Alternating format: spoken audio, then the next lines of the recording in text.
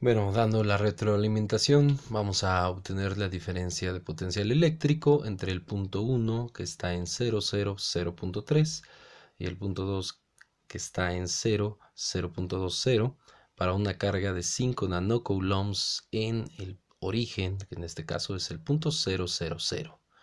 Y bueno, ¿qué es lo único que hay que hacer? Pues nosotros tenemos que sustituir las distancias R1 y R2 en nuestra fórmula de la diferencia de potencial eléctrico entre un punto 2 y un punto 1. Y aquí cabe recalcar pues que nuestro resultado no va a ser un vector. Nosotros habíamos mencionado en alguna ocasión que nuestra diferencia de potencial eléctrico es un escalar, no es un vector. Entonces, principalmente hay que entender eso para que nosotros no obtengamos el resultado en términos de las componentes en X, en Y y en Z, o sea, en AX, AY y AZ. No vamos a obtener nada relacionado con eso, sino simplemente un escalar, una diferencia de potencial eléctrico, que bueno, que a final de cuentas pues nosotros sabemos que eso está en volts, es una tensión. Y bueno, pues lo único que hay que hacer es en realidad encontrar nuestras distancias R1 y R2. Pues como ya sabemos, nosotros tenemos unas fórmulas que se relacionan con la fórmula pitagórica de la suma de los cuadrados de cada componente rectangular. Y para esto, pues tenemos que sustituir en cada una, pues lo que es x1, x0, y1, y0, z1, z0, x2, x0, y2, y0, z2 y z0. Y pues es tan simple como decir, pues para obtener mis componentes en 1, o sea, x1, y1 y z1, pues redefino otra vez lo que es mi punto, que es el 0, el punto 1, que es el 0, 0.3. Ya sabemos que la primera componente está en X, la segunda en Y la tercera en Z. Entonces, pues es fácil ver que en mi componente, o sea, en X, lo que es X1, pues sería un 0, es el que tenemos aquí. En Y1, pues aquí en Y tenemos 0, pues va a ser 0. En Z1 pues tenemos punto 3 y pues finalmente pues es mi componente punto 3. Para el punto P subíndice 2, que lo tenemos en 0, punto 2, 0 es lo mismo, la primera componente es X, la segunda en Y y la tercera en Z. Entonces lo mismo, colocamos X2, Y2, Z2 y nos queda que está en 0. En Y, que ese Y2 sería punto 2. Y en Z, pues tenemos un 0.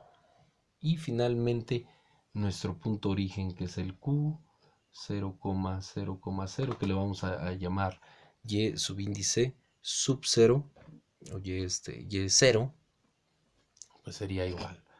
X0 es 0, Y0 va a ser 0 y Z0 pues también va a ser 0. Entonces, pues lo tenemos relativamente simple.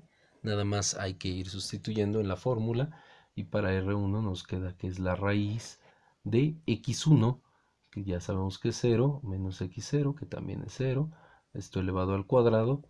Y1, que es 0, menos Y subíndice 0, que también es 0, al cuadrado, más Z1, Z1 que es punto 3, menos Z0 que también es 0 y lo vamos a elevar al cuadrado. Aquí pues simplemente lo que vamos a ver es que estas componentes que están en 0, estas de aquí, pues se van a ir, ¿no? 0 al cuadrado pues nos va a dar 0, este también nos va a dar 0 y aquí nos va a quedar un punto 3 elevado al cuadrado. Para ese punto 3 elevado al cuadrado, si le sacamos raíz, pues nos va a dar igual el punto 3. Entonces ya tenemos que R1 es un punto 3. Y en R2 pues va a ser lo mismo. Lo que es X2 y X0 pues nos van a dar un 0.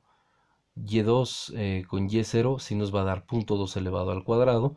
Pero bueno, Z2 con Z0 también nos va a dar un 0. Por lo cual nada más tenemos que sacar la raíz cuadrada del cuadrado de la componente que nos da aquí, que sería punto 2 al cuadrado. Y la raíz pues es el mismo, punto 2. Entonces, lo que hay que hacer finalmente, pues es sustituir en nuestra fórmula b de 2 a 1, que nos queda q sobre 4pi por epsilon sub 0. Pero nosotros ya sabemos que 1 sobre 4pi por epsilon sub 0, pues es 9 por 10 a la 9. Nuestra Q, nuestra carga Q, es de 5 nanocoulombs, o sea, 5 por 10 a la menos 9. Y finalmente, pues hay que sustituir nuestras distancias que ya tenemos aquí en R2, que sería 1 sobre 0.2 menos R1, que sería 1 sobre 0.3. Adelantándoles un poquito aquí, nos queda 5 por 9, nos queda 45, 10 a la 9 por 10 a la menos 9, nos queda 10 a la 0, por lo cual pues nos queda un 1 multiplicado por 45, y este 45 se va a multiplicar por lo que tenemos aquí, que nos quedaría, haciendo la fracción, 0.3 menos 0.2 dividido entre 0.2 por 0.3, que nos da 0.06. Aquí finalmente, realizando esta resta, nos queda 45 por 0.3 menos 0.2, pues nos queda simplemente 0.1 dividido entre 0.06. Este resultado, bueno, no lo dejamos literal expresado nada más. Nosotros podemos hacer la multiplicación, que sería 45 por la división de 0.1 entre 0.06. Y esto nos da igual a 75. Entonces aquí tendríamos una diferencia de potencial de 75 volts. Y es simplemente lo que se tenía que hacer.